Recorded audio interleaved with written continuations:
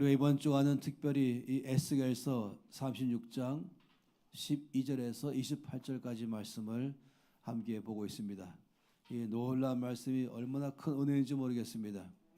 이 말씀의 첫 출발은 내가 지금 왜 여기에 있는지, 나의 삶에 이런 일들이 왜 일어나는지, 지금 있는 이 모든 상황에 대해서 내가 어떻게 올바르게 이해해야 되는지 여기에 대해서 잘 알지 못하고, 이렇게 생각해도 또 저렇게 생각해도 혼란스럽기만 하고 어떻게 나아갈 줄을 잘 알지 못하는 그런 상황 가운데 있는 바벨론 강가에 있는 모든 포로 잡혀 있는 이스라엘 사람들이 출발이었습니다.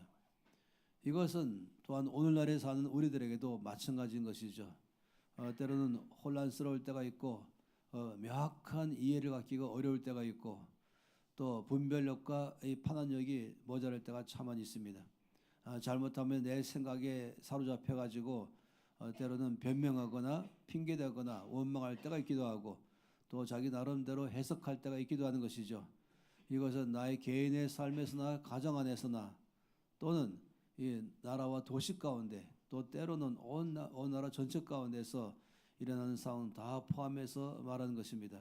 남의 말을 들어보고 그러면은 그런가 또 솔깃하기도 하고, 특히 전문가들의 말을 들어보면은 또 그런가 할 때가 많이 있는 것이죠. 그런데 우리가 아는 것은 이스라엘 백성들이 나라가 혼란스러울 때마다 늘 두 가지 목소리가 들려왔습니다. 하나는 거짓 선지자들인 것이죠. 괜찮다, 곧 지나갈 거야, 뭐 이전에도 그런 일이 있었으니까 우리 하나님이 우리를 도와주시지 하면서 그냥 그 상황에 대해서 아무렇지 않게 반응할 때가 있습니다. 그러나 그때마다 또한 주님께서는 당신의 종들을 보내서 우리에게 명확하게 상황을 파악할 수 있도록 역사하시는 것이죠. 우리가 이 말씀 보면서 첫 번째 알았던 것은 하나님의 말씀을 들을 때에서야 비로소 모든 것이 정확해진다, 확실해진다는 것입니다. 우리는 너무나 익숙하게 생각에 빠질 때가 많이 있습니다. 너무나 익숙하게 내가 아는 것, 내가 이해하는 것에 그를 절대화할 때가 있습니다. 더 놀라운 것은 또 주변에 여러 사람들이 말할 때에 그것이 곧 전체인 것처럼 듣고 또 말하고 반응할 때가 있습니다. 그럴 때가 한두 번이 아닌 것이죠. 자기의 생각으로 자기의 판단으로 결정하고 살아갈 때가 있습니다. 그런데 우리가 이 말씀 보면서 한 가지 아는 것은 언제나 그때마다 주께로 나가야 된다.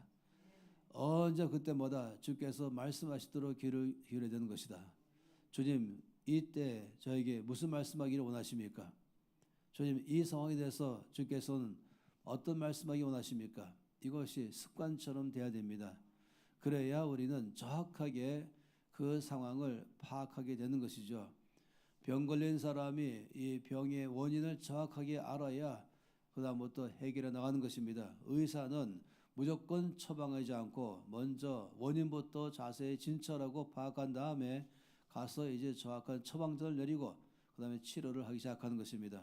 이것은 상식에 속하는 것이죠. 우리는 이번 주간에 이와 같이 영적인 이 원칙 안으로 평생을 살아가는 법을 배우고 있습니다. 그럴 때에 하나님은 먼저 이끌어가는 것이죠. 그것은 우리의 죄부터 주께서 보게 하시고 얼마나 나의 죄가 이 모든 상황을 헝클어뜨리는지를 보게 하십니다. 그리고는 주님은 이제 치료를 시작하기 시작했죠. 근본적인 하나님의 구원의 계획을 펼치는 것입니다. 우리 오늘까지 보게 되면서 주님의 구원이 얼마나 놀랍고 큰지를 우리가 말씀 안에 보게 됩니다. 무엇보다도 내가 지은 죄는 얼마나 깊고 심각한 건지를 주님 늘 보기를 원하는 것이에요. 이것을 가볍게 보기를 원하지 않으시고 핑계대거나 원망하거나 자기 합리화에 빠지지 않냐고 직면하기를 원하십니다. 그리고는 주 앞에 가서 솔직하게 인정하기를 바란 것이죠. 이것이 출발점인 것입니다. 그러면 주께서 이제 이끄셔서 역사하시는데, 가장 큰 문제는 뭐였냐면 이 바빌론 포로로 잡혀가서 나의 죄 때문에 이 상황에 빠진 것도 중요한 것이지만은 더 심각한 것은 주변에 있는 이방 사람들이 하나님을 믿는 백성들의 삶에서 일어난 것을 보면서 비웃는다는 것입니다. 그러면서 더 심각한 것은 하나님을 비웃는 것이죠. 그렇기 때문에 하나님께서 너로 말미암아 너희로 말미암아 나의 이름이 나의 거룩한 이름이 더럽혀졌다라고 말씀하십니다.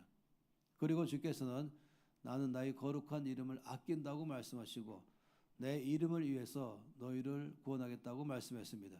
구원은 전적인 하나님의 일인 것을 보았죠. 내 안에서 구원받을 만한 자격이나 구원받을 만한 조건이 있어서가 아니라 그건 하나님의 전적인 구원에 의해서 내 안에서 역사하는 것입니다. 은혜로 시작하는 것이죠.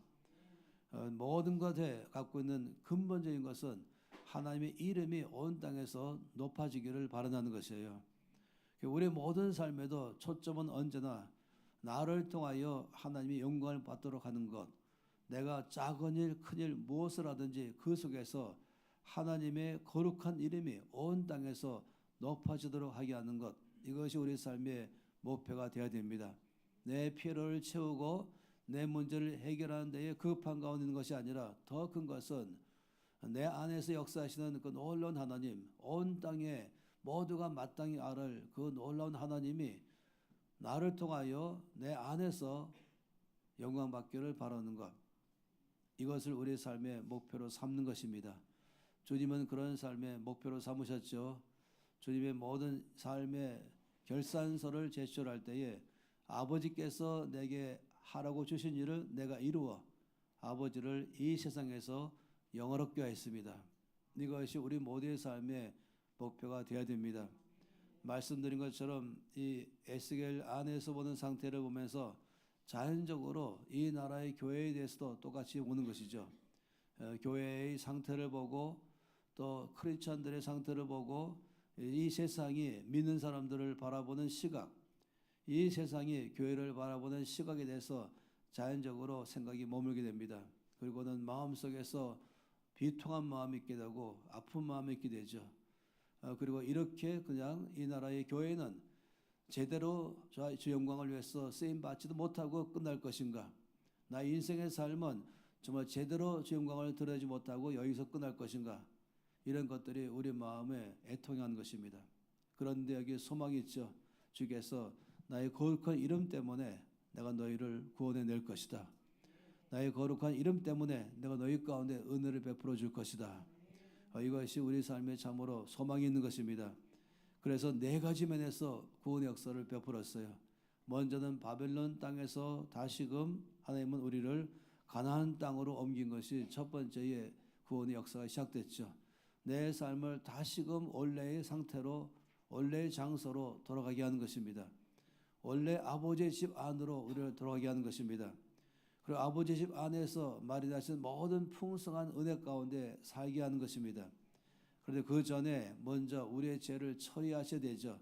예수의 보혈로 말미암아 우리의 모든 죄를 다 씻고 정결케 하고 용서하고 회복하는 역사를 하나님은 먼저 늘 베풀어 주는 것입니다.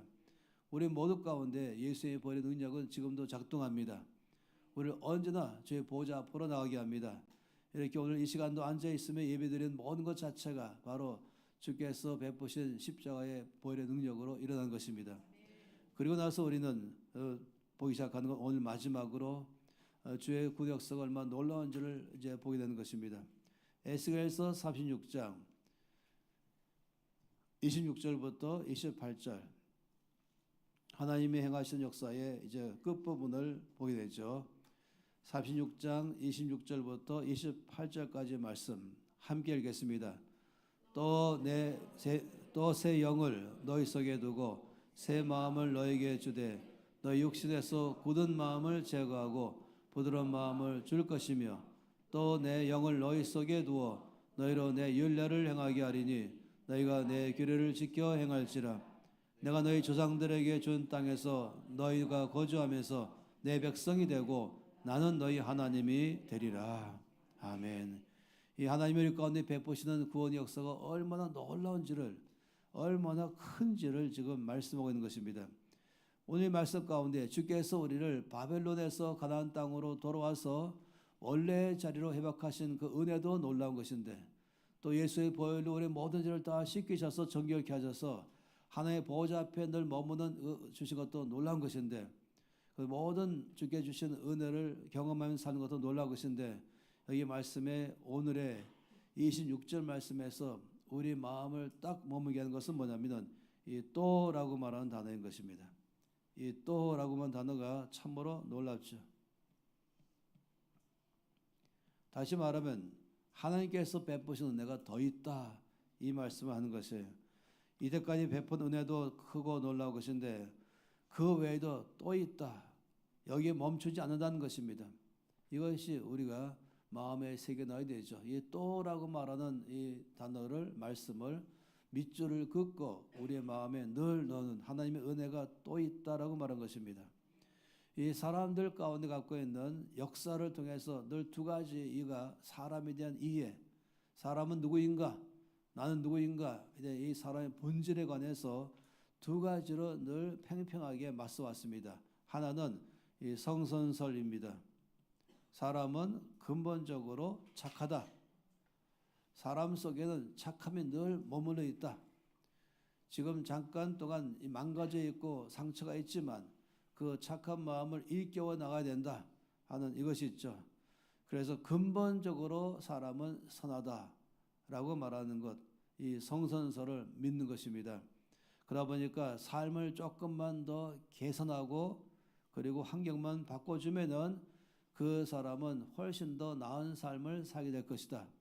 더 좋은 진로 가게 될 것이다. 환경 때문에 그렇게 되었다. 그 사람 속에 있는 여러 가지 각종 아픔 때문에 지금 저렇게 되었다. 따라서 환경을 바꿔주고 그 사람 안에 있는 아픔을 좀 더 치료해 주면은 그 사람은 훨씬 더 좋은 삶을 살게 될 것이다 라고 말한 것입니다. 사람이 환경에 영향을 받는 건 사실이에요. 사람이 인생의 삶을 살면서 어떤 치명적인 상처가 있어서 이것이 그의 삶에 어려움을 주는 것은 사실인 것이에요. 그렇지만은 아주 분명한 사실은 이것이 정말 그런가라는 질문을 해봐야 되는 것입니다. 이 성경은 우리에게 말씀하시기를 절대 그렇지 않다고 말씀하는 게 우리에게 충격줍니다. 말씀 안에 가야 사람이 누구인가, 인간이란 누구인가에 대해서 정확한 이해를 갖는 것입니다. 주님은 아주 심각하게 말씀했습니다. 돌배나무를 가지고 말씀했죠. 돌배나무에 아무리 영양분을 많이 주고 돌봐주고 가꿔준다 할지라도 그 돌배가 참배를 맺을 리가 없다고 말씀했습니다. 이것은 환경의 문제가 아닌 것이에요. 이것은 뭔가 돌봐주는 문제도 아니고 내면의 상처 문제만 있는 것이 아니에요. 이거는 근본적인 문제인 것입니다. 근본적인 본질 문제인 것입니다. 사람이 주께서 먹으면 죽는다 말씀한 것이 그냥 기절한 것도 아니고 약간 상처받는 게 아닌 것이에요. 말씀 안에 들어갈 때 비로소 우리가 아는 것입니다. 만약 성경에서 창세기 3장이 없다고 한다면 우리는 모든 혼란 속에서 각종 똑똑한 사람들이 이 말 저 말 속에서 이 말인가 이것인가 저것인가 하면서 살 것입니다. 그러나 이 창세기 3장 사건은 우리 가운데 명확하게 말씀하시고 온 성경 전체가 이 창세기 3장 사건을 설명하는 것입니다. 사람은 근본적으로 죽었다고 말한 것입니다. 사람은 근본적으로 이제 이 하나님을 향했던 모든 것이 끝났다는 것이 반드시 죽을 것이다. 주님 말씀한 대로 반드시 죽은 것이죠. 여전히 마귀는 지금도 너는 절대 죽지 않았다. 죽지 않을 것이다. 라고 말할지 모르겠습니다. 그러나 성경은 반드시 죽을 것이다 했고 죽었습니다. 그래서 우리는 돌배나무 같다고 말씀했습니다. 안에 선을 행할 만한 어떤 가능성도 없다고 말씀하십니다. 그래서 의인은 없느니 아무도 없다고 성경은 처음부터 사망 선고를 내렸습니다. 그래서 성경 말씀은 언제든지 성악설인 것이죠. 사람은 근본적으로 악하다. 문제는 외부의 환경을 바꾸는 것이 있는 것이 아니다. 환경을 좀 더 바꾸면은 좀 나아질 것처럼 보이잖아요. 이 가난만 벗어나서 먹고 살기만 한다면은 나는 잘할 거야 라고 하지 모르죠. 좋은 집을 갖게 되고 좋은 환경 속에 살게 되면은 난 분명히 더 잘할 거야 할지 모르지만 그러나 사람은 근본적으로 악한 것입니다. 변화는 환경에 있는 게 아닌 것입니다. 영양 주사를 만져도 되는 것이 아닌 것입니다. 어떤 보충하는 것도 아니고 어떤 충전해서 되는 것도 아닌 것입니다. 명확한 사실은 하나님의 전적인 구원이 우리 가운데 임해야만 되는 것입니다. 그래서 그리스도 예수 안에 있는 자에게는 새로운 피조물이라고 말씀하시고 허물과 죄로 죽었던 너희를 살렸다고 말씀하신 것, 이것에서부터 출발을 해야 되는 것입니다. 문제는 늘 생명의 문제인 것이에요. 사망이냐 아니면 생명이냐. 성경은 말하기를 우리는 몽땅 다 죽었지만은 하나님이 우리를 살리셨다. 예수의 보혈로 우리의 모든 죄를 씻기시고 성령으로 말미암아 살려서 우리를 새 사람 되게 하셨다라고 말씀하십니다. 그런 다음 우리 가운데 구원 역사가 일어나는 것이죠. 기억하셔야 됩니다. 주님의 구원을 생각할 때마다 이것이 얼마나 큰 것인지를 우리가 알아야 됩니다. 내가 예수를 믿고 구원받아서 새 사람 된 것이 이것이 얼마나 크다는 것을 알아야 하는 것입니다. 예수의 보혈로 나의 모든 죄를 다 씻어서 정결케 해서 기억지도 아니하시던 이 사실이 얼마나 큰 줄을 우리가 알아야 됩니다. 이것을 늘 알면서 그 앞에서 감격함으로 찬송할 수밖에 없는 것이고 주 앞에 감사할 수밖에 없는 것이죠. 이런 우리 모든 삶 가운데 주께서 이것 말고 더 역사하겠다고 하셨습니다. 이만큼 역사하신 것도 놀라운데 거기에 또라고 말씀하는 것입니다. 그리고 말씀하는 것은 바로 여기에서 새 영을 주겠다. 그리고 새 마음을 주겠다. 이것이 왜 필요할까? 새 영은 무엇이며 또 새 마음은 무엇이기에 왜 그 큰 은혜를 주시고도 더 줄 것이 있단 말인가 하는 것입니다. 이 영이라고 말하는 이 기능이 참으로 놀랍습니다. 이 영이라고 말하는 기능은 이거는 지적인 기능입니다. 우리 안에 있는 지적인 기능인 것이에요. 이 마음이라고 말하는 것은 우리 안에 갖고 있는 이 정적이면서도 우리로 하여금 우리 삶의 이 본질을 이끌어주는 기능입니다. 이 두 가지를 좀 더 설명해 드리겠어요. 이 영을 내 안에 왜 주셨는가? 이건 우리가 근본적으로는 죽었던 영이었죠. 죽었던 우리를 살렸다고 말씀할 때에 첫 번째가 이 영을 주께서 다시 주신 것이에요. 이것은 이해할 수 있는 능력입니다. 깨달을 수 있는 능력입니다. 들을 수 있는 힘인 것입니다. 생각할 수 있는 능력인 것입니다. 분별할 수 있고 이해할 수 있고 파악할 수 있는 모든 능력은 바로 이 영의 능력이 있는 것입니다. 우리가 서로가 말할 걸 들을 수 있고 또 깨달을 수 있고 이해할 수 있고 또 환경에 대해서 볼 수 있고 또 알 수 있고 이해할 수 있고 깨달을 수 있는 것, 이것이 바로 이 사람 안에 갖고 있는 기능이거든요. 그러나 하나님과의 관계는 죽어버린 것이에요. 하나님의 말씀을 이해할 수 있고 하나님의 뜻을 갖다가 파악할 수 있고 하나님의 음성을 들을 수 있고 하나님과 교제할 수 있는 모든 기능은 죽어버렸습니다. 그래야 주께서 새 영을 주신 것이에요. 하나님과의 커뮤니케이션 할 수 있는 능력을 주신 것입니다. 말씀을 폈을 때에 이 제 말씀을 알아들을 수 있는 능력을 우리 가운데 주신 것입니다. 주의 뜻을 알아듣고 이해하고 파악하고 분별할 수 있는 것, 이 하나님의 눈으로 모든 것을 파악할 수 있는 것, 이제 인간의 눈과 관점이 아니라 하나의 눈으로 볼 수 있는 것을 줄 수 있는 기능이 바로 새 영인 것입니다. 이것은 얼마나 놀랍습니까? 주님과의 관계가 연결되게 하시고 그러므로 말미암아 주님과도 교제하게 하시고 주의 뜻이 뭔지를 알게 하시고 그리고 온 땅에 대한 주님의 관점으로 볼 수 있는 능력은 바로 새 영에 있는 것입니다. 이것은 믿는 사람에게만 주시는 하나님의 특별한 은혜인 것이죠. 이것이 우리 삶에서 주께서 베푸시는 그 구원의 계획, 내 삶에 행하시는 주님의 구원의 계획, 더 나가서 온 땅에 대해서 가지고 있는 주님의 구원의 계획을 알아들을 수 있게 하는 기능이 바로 이 새 영인 것입니다. 이것을 우리 가운데 주시니 얼마나 은혜로운지 모르겠습니다. 이것이 거저 준 것이 아니에요. 이거를 그냥 아무렇지 않게 생각하지 마세요. 그런데 여기에 새 마음을 주신 것이에요. 이 새 마음을 말할 때에는 특별히 설명을 더 하셨죠. 이 새 마음은 바로 부드러운 마음이다. 이 굳은 마음이 아니라 부드러운 마음. 이것이 바로 새 마음이다. 이 새 마음은 부드러운 마음. 그래서 이 딱딱한 마음에 대한 반대이죠. 이 딱딱한 마음을 뭐라 표현하면 돌 같다라고 말했습니다. 돌 같은 마음, 굳어 있는 마음. 그래서 다시 말하면 하나님을 향하여 움직일 수 있는 힘이 없는 것입니다. 전혀 하나님에 대해서 반응할 수 있는 힘이 없는 것. 완악하고 강팍하고 딱딱하다. 이럴 때 쓰는 말인 것입니다. 성경에는 이 상태를 갖다가 길가 땅 같다고 말했습니다.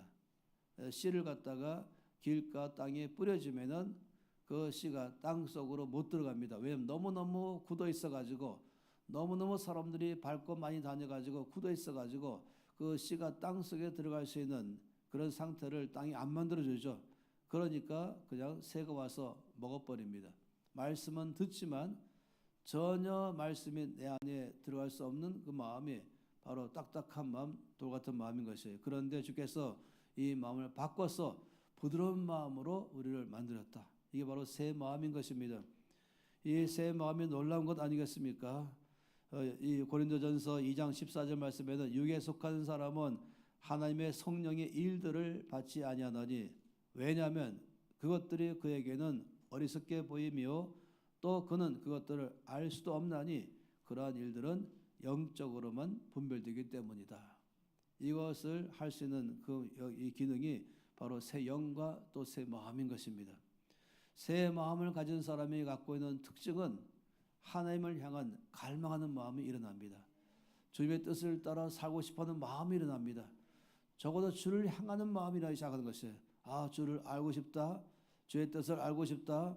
주의 뜻대로 살고 싶다. 이런 모든 적어도 행동으로 옮길 수 있게 하는 이 갈망하는 마음, 간절한 마음, 원하는 마음, 주님의 말씀에 대해서 반응하는 것, 이것이 놀라운 것이에요. 그러니까 이 마음이 있기 때문에 우리가 주를 향하게 되고 그러면 그 다음에 주께서 말씀하심을 내 영이 알아듣게 되고 또 내 영이 알아듣게 되면은 내 마음은 주의 뜻을 이해했기 때문에 그럼 살고 싶다 해서 우리가 결정할 수 있는 단계까지 가게 만들어 주는 것, 이것이 바로 새 마음입니다. 그러니 새 영과 새 마음은 우리에게 얼마나 중요한지 모르겠습니다. 이것이 있기 때문에 하나님과의 관계가 더 점점 발전하기 시작하는 것이고 이것이 있기 때문에 이 세상에 대한 주의 뜻을 이해하고 거기에 우리가 헌신하기 시작하고 그런 삶에 의해서 우리 삶을 드리기 시작하는 것입니다. 이것이 바로 이 새 영과 새 마음인 것이에요. 이것만큼 놀라운 것이 어디 있습니까? 주님의 구원의 계획이 얼마나 완벽합니까? 우리를 다시금 아버지 집으로 이끌어 오신 것, 그리고 우리를 아버지 집 안에서 살게 하신 것, 그래서 십자가의 피와 보혈로 우리의 삶을 정결케 하신 것, 이것도 놀라운 것인데 이제는 새 영을 주어서 주님과의 모든 커뮤니케이션과 주님과의 관계가 발전하게 하시고 새 마음을 주어서 끝없이 주를 알고 싶어하는 마음, 또 주의 뜻을 알아들으면 그렇게 살고 싶어하는 마음, 이 모든 게 다 이 두 역사가 일어나는 것입니다. 누군가 와서는 자기는 아주 큰 고민이 있습니다. 거룩하게 살지 못하는 나 자신을 보면서 너무너무 마음이 아픕니다. 결심하고 또 결정하고 노력하지만 그러나 다시 또 무너집니다. 이것이 저를 너무 힘들게 합니다. 근데 이게 너무 힘든 일이 계속 하게 되면 나중에는 원수마귀가 조롱하죠. 하나님 정말 살아계실까? 하나님 정말 너를 사랑하실까? 그렇다고 왜 너는 그런 삶을 살고 있을까? 왜 너는 늘 실패할까? 왜 너는 거룩하지 못하고 오히려 네가 원하지 않는 죄 가운데 살까? 왜 네가 원하는 거룩함은 살지 않을까? 이것이 사람들 갖고는 큰 고민거리입니다. 모두가 믿는 사람은 그렇게 하고 있습니다. 그러면 그런 고민을 얘기할 때는 난 죽겠습니다. 난 죽을 것 같습니다. 나는 비참합니다. 나는 크리스천답지 않습니다. 이런 마음에서 더 심하면 정죄감에 빠지고 실패감에 빠져서 다가오는 것이죠. 그런데 그렇게 고민을 말하는 순간 저는 말씀을 이해하는 입장에서 첫 번째로 응답은 할렐루야 하는 것이에요. 왜냐하면 적어도 그런 마음이 있다는 것은 하나님의 당신 안에서 일하기 때문인 것입니다. 새 영이 있기 때문에 주의 뜻이 거룩함인 줄 알고 있는 것이고 새 마음이 있기 때문에 그 뜻을 따라 살고 싶다는 마음을 가진 것입니다. 그건 아무나 가는 것이 아닙니다. 왜 나는 이럴까? 왜 나는 주의 뜻을 따라 살 수 없을까? 이 자체가 주의 뜻이 뭔지를 이미 알고 있다는 것이고 새 영 때문에 뜻대로 살고 싶어하는 마음이 있다는 것이요. 새 마음 때문에 이것이 놀라운 것입니다. 그런데 문제는 뭐냐면 여기까지 끝난다면 늘 주의 뜻은 알고 있고 또 주의 뜻대로 살고 싶고 그리고 살으려고 애를 쓰고 하면서 늘 실패하며 안타까워하는 것이죠. 그런데 주께서 여기에 말씀하시는 게 또라고 말씀하는 것이에요. 여기에 또 있다. 이것이 바로 내 영이라고 말씀했습니다. 내 영은 새 영과 차이죠. 새 영은 거듭난 나에게 주시는 영인 것입니다.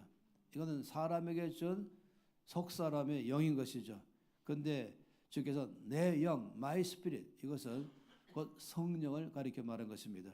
이 놀라운 것이죠. 이제 마지막으로 베푸시는 이 구원의 놀라운 역사는 바로 성령을 우리 가운데 두겠다고 말씀하셨어요. 내 영을 너희 속에 두고라고 말한 것이죠.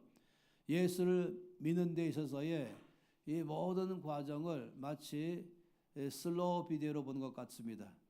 이 처음에 우리를 인도하셔서 다시금 주님 앞으로 이끌어 가시고, 그리고 주의 보혈로 우리를 다 죄를 씻으시고, 그리고 또 새 영과 새 마음을 주시고, 그리고 또 성령을 내 속에 두시고, 이 모든 과정 전체 합치면은 하나님의 구원의 역사에 대해서 한순간 일어나는데, 이것을 자세하게 이 동작을 하나님의 역사하신 것을 자세하게 나누면서 슬로우 모션으로 보는 것 같은 것입니다.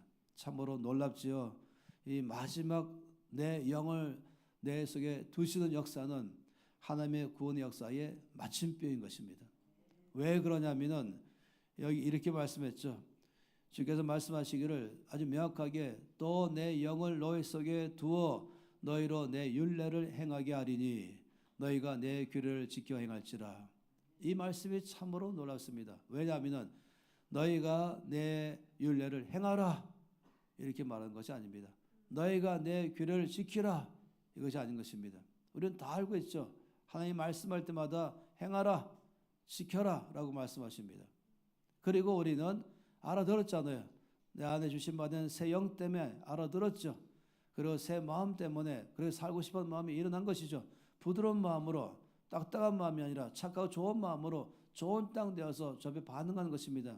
그리고 살아내려고 정말 주신 받은 은혜가 크고 받은 사랑이 커서 그렇게 살아내려고 주의 뜻대로 애를 쓰는 것이죠. 그런데 실패하는 것입니다. 여러분 이 말씀을 기억하셔야 됩니다. 주께서 이렇게 말씀한 것이 아니에요. 너희가 내 율례를 행하라 이것이 아니라 너희로 내 율례를 행하게 하리라. 너희가 내 규례를 지켜 행하라가 아니라 너희로 내 규례를 지켜 행하게 할지라. 이것은 누군가 외부에서 나에게 도움을 줬다는 걸 말한 것입니다. 내 스스로 주의 뜻을 알아든 것도 놀라운 은혜이고 주의 뜻을 알고 싶어하는 부드러운 마음 가진 것도 놀라운 은혜이고 그 뜻대로 살고자 하는 착한 마음 가진 것도 놀라운 은혜인 것인데 그 다음에는 내 힘으로 내 노력과 내 능력으로 살아내려고 한다는 것이 이것이 이 모든 그리스도인의 삶에서 가장 어려운 부분인 것입니다. 바깥으로 말을 못하고 있는 혼자만 앓고 있는 엄청난 고민거리인 것이죠. 주의 뜻은 알겠는데 또 그 뜻대로 살고 싶은 마음도 있는데 결정할 때마다 내 결심이 무너지는 것 때문에 계속적으로 아무래도 말 못하고 남들은 다 잘 사는 것처럼 보이는데 왜 나만 이럴까? 혹시 내 결심의 문제인가? 혹시 이전의 죄 때문에 그런가? 아니면은 왜 나만 이렇게 약한가? 나만 왜 이렇게 실패하는가? 나만 왜 무력한가? 나만 왜 약한가? 이러다가 이제 원수마귀가 그런 마음 딱 가질 때 탁 낚아채서 왜냐하면 하나님 너를 사랑하지 않기 때문이야.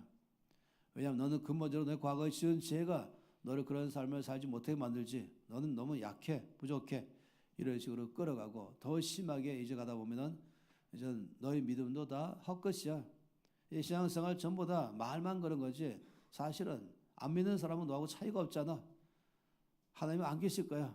온 성경도 부인하게 만들어버리고 믿음을 떠나게 하려고 바둥거린 것입니다. 그러나 이미 주의 은혜가 있어서 떠나지 않지만 그러나 마음속에서 어려움을 갖는 것이죠. 주께서 우리 가운데 주의 구원의 확실함을 말씀하십니다. 왜냐하면 또라고 말씀하시면서 내 영 성령을 너희 속에 내가 두겠다. 그렇게 함으로 너희가 거룩하게 살고 싶어하는 것도 주의 뜻을 알아들었고 또 그래서 거룩하게 살고자 하는 마음도 가졌는데 그것을 가지고 너희가 한 발을 내딛기 시작할 때마다 내가 나의 능력으로 나의 성령의 능력으로 너희 속에 살아내도록 하게 할 것이다. 여러분, 이것만큼 굿뉴스가 어디 있습니까? 이것이 믿지 않는 사람과 믿는 사람이 엄청난 차이점인 것입니다. 믿지 않는 사람들은 이런 삶을 살다 보니까 그것에 갖고 있는 것이 늘 속에서 율법주의로 빠지게 하는 것이죠. 내 힘으로 더 심하게 보면 종교의 삶을 살게 하는 것입니다. 착하게 살아보고 올바르게 살아보겠다는 시도만 하는 것이죠. 그런데 기독교와 모든 종교의 차이가 있다면 그것은 바로 성령인 것이에요. 성령께서 우리 안에 계시다는 것입니다. 그래서 우리를 하여금 주의 뜻을 따라 살아가게 하는 것이에요. 스가랴 4장 6절 말씀에 확실하게 말씀했죠. 이는 힘으로 되지 아니하며 능으로 되지 아니하고 오직 나의 신, 나의 영, 성령으로 되느니라. 주님의 뜻을 알아들었고 주의 뜻을 따라 살기를 바라는 마음을 가지고 있는데 그런 삶을 실제로 살아낼 수 있는 것은 내 안에 있는 것이 아니요 내 속에 계신 성령의 능력으로 말미암아 능히 그런 삶을 살게 하신다. 그러니 너희가 내 율례를 행하라 하지 않고 너희가 내 율례를 행하게 하리라. 나의 영을 너희 속에 둠으로 말미암아 너희가 그런 삶을 살게 도와주겠다. 너희가 내 규례를 지켜 행하라 하지 아니하고 너희가 내 규례를 지켜 행하게 할지라. 이러니 얼마나 큰 것입니까? 우리는 이 말씀 스가랴서 말씀이 우리의 고백이 날마다 되어야 되죠. 나의 힘으로 나의 능력과 나의 노력이 결심되는 것이 아니라 오직이란 말은 다른 길은 없습니다. 다른 방법도 없습니다. 성령을 의지하는 것입니다. 날마다 성령께 요청하는 것입니다. 날마다 성령의 충만함을 구하는 것입니다. 성령으로 충만함을 받으라고 말씀하는 것은 항복합니다, 소녀님. 환영합니다, 소녀님. 제 속에서 제가 할 수 없는 이것을 성령께서 역사할 줄을 믿습니다, 소녀님. 이것이 바로 성령의 충만함인 것입니다. 사도행전 1장 8절 말씀은 그래서 중요하죠. 오직 성령이 너희 임하시면 너희 권능을 받고 예루살렘과 온 유대와 사마리아 땅 끝까지 이르러 내 증인이 되리라. 이 말씀을 여러분 이상한 차원으로 하지 마시고 매일매일마다 내가 살아가는 모든 삶의 영역 가운데서 주께서 역사심으로 증인의 삶을 사는 것, 다시 간증 있는 삶을 사는 것. 주변 사람들이 나를 볼 때마다 넌 참으로 놀랍다. 너는 그렇게 어떻게 살 수 있냐 할 때마다 이것은 내 능력이 아니라 성령께서 내 안에서 능력 주심으로 나를 하여금 이렇게 능히 살게 했습니다. 이게 바로 증인의 삶인 것이에요. 모두가 다 우리를 볼 때마다 하나님을 보게 하는 것입니다. 이 완벽한 구원을 보게 하는 것입니다. 얼마나 놀랍습니까? 우리 삶에 이와 같이 우리를 하여금 주의 말씀에 의해서 모든 걸 파악하게 하시고 그 안에서 보니까 근본적인 나의 죄 때문인 것이고 그대 주께서 그의 거룩한 이름을 위해서 그 전적인 일방적 구원을 베푸시고 나의 삶을 회복하게 하시고 다시 아버지 집으로 돌아오게 하시고 그리고 그 안에 말의 모든 잔치를 다 누릴 수 있도록 해서 예수의 피로 모든 걸 다 씻기시고 그리고 또 내 속에 새 영과 새 마음을 주어서 주님의 뜻을 알고자 하는 마음과 살고자 하는 마음을 주시고 그리고 성령을 우리 속에 두어서 우리가 살고자 움직일 때마다 성령께서 힘 주심으로 살아내게 하신다. 그러니 예수 믿고 능력이 있는 다이나믹한 열매 맺는 삶, 은사가 나오는 삶, 영향을 주는 삶 사는 게 정상입니다. 이것이 은혜인 것이에요. 우리가 다 아는 것처럼 0 곱하기 1억이라는 것과 1 곱하기 1억이라는 이 어마어마한 차이점을 너무너무 잘 알지 않습니까? 0 곱하기 1억은 0이고 1 곱하기 1억은 1억인 것입니다. 여기서 갖고 있는 것은 뭐냐면 내 능력으로는 하나님의 뜻을 따라 살아갈 수가 없습니다. 이건 0 곱하기 1억이죠. 그러나 내가 적어도 최선을 다하여 좋습니다, 주님. 제가 거룩하게 살라고 말씀하시니 주의 뜻을 알아들었습니다. 그리고 거룩하게 살겠습니다. 그리고 내 속에 거룩하게 살 만한 능력은 하나도 없지만 그러나 거룩하게 살라고 말씀하시니 예 순종합니다 하면서 한 발을 내디딜 때에 그때부터 내 속에 거룩하게 살 수 있는 능력을 선생님께서 부어주신다고 말한 것입니다. 이것이 1 곱하기 1억인 것이죠. 아무것도 안 하면서 성령님 나를 거룩하게 살게 해주세요 하는 것이 아니라 이미 거룩하게 살라고 말씀하셨으니 그걸 알아들었으니 예라고 말하면서 한 발을 내디디면서 분명한 사실은 내가 내딜 때 성령께서 능력 주심으로 살게 하실 것이다. 이것을 믿는 것을 말하는 것입니다. 내 힘으로 살겠다는 것이 아니라 난 살 수 없지만 주의 뜻을 따라서 순종하면서 내가 한 발을 내디디면 역사는 주님이 하실 것이다. 이것이 바로 놀랍게도 가나안 땅에 들어갈 때에 주신 역사입니다. 홍해는 가른 다음에 갈라지게 한 다음에 들어가겠지만 요단강은 한 발을 디딜 때에 강물이 멈췄습니다. 주님은 믿음을 요구하십니다. 이 바로 우리의 믿음을 원하는 것이죠. 그래서 우리가 한 발을 내디딜 때마다 역사하는 것입니다. 제가 말씀을 잘 들으면 늘 마찬가지예요. 오늘도 주 앞에 외치면서 이 놀라운 말씀이 생명의 말씀이 그냥 사람이 설명을 잘하고 강의를 잘하는 것이 아니라 그래서 좋은 말씀 들었다는 것이 아니라 정말 내 안에서 역사는 살아있고 운동력이 있는 이 말씀의 역사가 경험하게 하려면 저는 절망에 들어가는 것이에요. 그것은 내 힘으로 할 수 있는 것이 아닙니다. 내 능력이 아닙니다. 바울 사도는 말씀하기를 내가 너희 가운데 나갈 때마다 심히 두렵고 떨렸다. 너희 믿음이 사람의 지혜에 있지 아니하고 오직 성령의 눈이 있기를 원하기 때문이다. 라고 말한 것입니다. 그래서 한 가지는 주님 저는 주의 뜻을 알고 있습니다. 주의 뜻을 전하라고 하는 것도 알고 있습니다. 그러면 제가 주의 뜻을 제가 입을 열어서 전하겠습니다. 최선을 다해 전하겠습니다. 그때에 그 말씀의 능력으로 역사져서 삶으로 살아나게 하시는 분은 바로 성령이십니다. 이거를 늘 믿는 것이에요. 그러니 이것은 힘이 안 들어요. 이것이야말로 안식하며 사는 것이죠. 내가 주의 뜻을 알아들었고 주의 뜻대로 살고 싶은 마음이 일어났고 이제 필요한 것은 주여 행해 주세요 하는 것이 아니라 주여 그렇게 살겠습니다 라고 손을 내밀 때 발을 내딜 때 내 안에 계신 주께서 그 순간부터 내 믿음대로 될저다 역사하시면서 내 삶에 일하는 것입니다. 저는 주의 사랑이 없어요. 주의 사랑을 나에게 보여주세요 하면 있는 것이 아니라 주님 저에게 서로 사랑하라고 말씀했으니 내 속에는 주의 사랑이 없지만은 그러나 내가 주의 사랑을 사랑해 주의 뜻이셔서 자 사랑하겠다고 결심하고 손 내밀 때에 주의 사랑이 제 속에 성령으로 역사할 줄 믿습니다. 이거 중요한 것이죠. 늘 거기에 하나님이 일하시는 것은 우리의 믿음 안에 일하는 것입니다. 믿음의 정의를 너무너무 잘 알지 않습니까? 이 믿음의 정의는 엄청 중요하죠. 믿음의 정의는 순종과 신뢰인 것입니다. 이것이 믿음의 정의입니다. 다시 말하면 주님의 뜻을 이제 알아들었잖아요. 그리고 주의 뜻대로 살기로 결정했잖아요. 그 원하는 마음이 있으니까. 그럼 거기에 중요한 게 바로 믿음으로 행하는 것입니다. 다시 말하면 그때는 순종하는 것이죠. 서로 사랑하라 라고 말씀했으면 그 뜻을 알아들었죠. 주의 뜻은 서로 사랑하는 것입니다. 그리고 내 안에 준 새 마음도 주의 뜻을 따라 살고자 하는 마음이 있습니다. 그래서 이제 그 다음엔 순종이 필요하죠. 믿음이 필요하죠.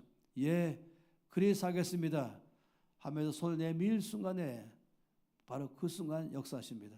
참으로 놀랍죠. 이 도표가 늘 그래서 아주 중요한 도표가 되는 것입니다. 이 도표 안에서 하나님께서 나의 삶에 세상에서 주의 뜻대로 살기를 바랄 때마다 주님이 일하시는 것과 내가 일하는 것에서 순서가 뭔지 아십니까? 순서가 늘 내가 먼저입니다. 내가 주의 뜻을 따라 살기로 알아듣고 살기로 결정하고 내가 한 발을 내딜 때에 주께서 항상 나와 함께 역사하는 것입니다. 온 성경의 말씀이 다 그렇습니다. 이 마가복음 16장 15절 말씀에는 제 아들이 들어나가 복음을 전파할세 주께서 함께 역사하사 그 따르는 표적으로 그 말씀을 확실히 증거하신다. 늘 모든 말씀마다 내가 주의 말씀의 뜻을 알아들었고 그 말씀대로 순종하여서 한 발 내딛고 나갈 때 제 아들이 들어나가 전파할세 주께서 함께 역사하사 그 따른 표적으로 그 말씀을 확실하게 증언하셨다라고 말한 것입니다. 이것이 신앙생활의 비밀이죠. 이 오늘까지 보는 이 말씀 가운데 이 모든 것을 완벽하게 다 이루어 놓았습니다. 이제 주님께서 하시는 말씀의 결론으로 본다면은 주님은 우리로 하여금 내 신앙생활만 잘하는 것이 아니라 주의 모든 복을 받고 신앙생활하는 것도 너무 놀랍지만은 주의 뜻이 확실한 것은 이제 주님은 우리를 통해서 온 땅에 주님의 영광을 드러내기를 바라는 것입니다. 그래서 NC가 되는 것, 이렇게 운명 객원을 주도하는 것, 내가 있는 것이 어디든지 내가 있는 것 처소에서부터 좀 나를 통하여 아버지의 뜻을 이루고 아버지의 나라가 임하고 아버지의 영광으로 꽉 차게 하는 것, 이것이 바로 우리의 삶인 것입니다. 그런 삶을 살 수 있도록 완벽한 구원의 계획을 다 세우시고 우리 가운데 이루어 놓으셨습니다. 그리고는 한 가지 말씀을 하고 있죠. 이 에스겔서 36장 36절 말씀과 37절 말씀은 너무너무 놀랍습니다. 에스겔서 36장 36절과 37절 말씀은 이제 이 모든 말씀의 결론입니다. 함께 읽겠습니다. 사람이 너희 사방에 남은 사람이야. 나 여호와가 무너진 곳을 건축하며 황폐한 자리에 심은 줄을 알리라. 나 여호와가 말하였으니 이루리라. 여기까지 잠깐 보죠. 하나님께서 세우신 그 계획 가운데 이 모든 것을 하나님이 계획하신 대로 행하신다는 것을 모두가 다 알게 될 것이다. 내가 말하였으니 내가 이루겠다. 이 에스겔서에 나오는 12절부터 28절까지 말씀을 내가 말하였으니 내가 이루겠다라고 말씀을 했습니다. 그리고 나서 37절 말씀을 하신 것이죠. 37절 말씀을 읽겠습니다. 주 여호와께서 이같이 말씀하셨느니라. 그래도 이스라엘 족속이 이같이 자기들에게 이루어지기를 내게 구하여야 할지라. 여기까지 말씀에 여기 중요한 단어가 뭔지 아십니까? 바로 그래도인 것입니다. 하나님께서 구원의 계획을 다 세우시고 이 구원의 계획을 성취하시는 하나님이시고 거기에 사인까지 하시면서 내가 말하였으니 내가 이 모든 걸 반드시 이룰 것이다. 그 다음에 그래도 놀랍죠. 그래도 너희가 이같이 너희 가운데 이루어주기를 나에게 구하여야 할지라. 이것이 또 놀라운 비밀입니다. 하나님은 끝까지 우리에게 상 주고 싶어 하십니다. 전적인 일방적인 주의 구원의 역사이지만 네가 그래도 기도했지 않냐? 그래서 우리에게 상급 주고 싶어 하는 것이에요. 내가 그냥 주는 것과 내가 다 계획을 세웠지만 마지막에 네가 주여 나에게 이 말씀하신 대로 이루어 주시옵소서 기도할 때 내가 응답함으로 너에게 상급 주고 싶다. 이 기도에 응답하신 주님, 나를 끝까지 배려하시는 주님이신 것이죠. 그러니 우리가 믿음으로 구하는 것입니다. 줄 줄로 믿고 구하는 것입니다. 주시옵소서만 하는 것이 아닌 것이에요.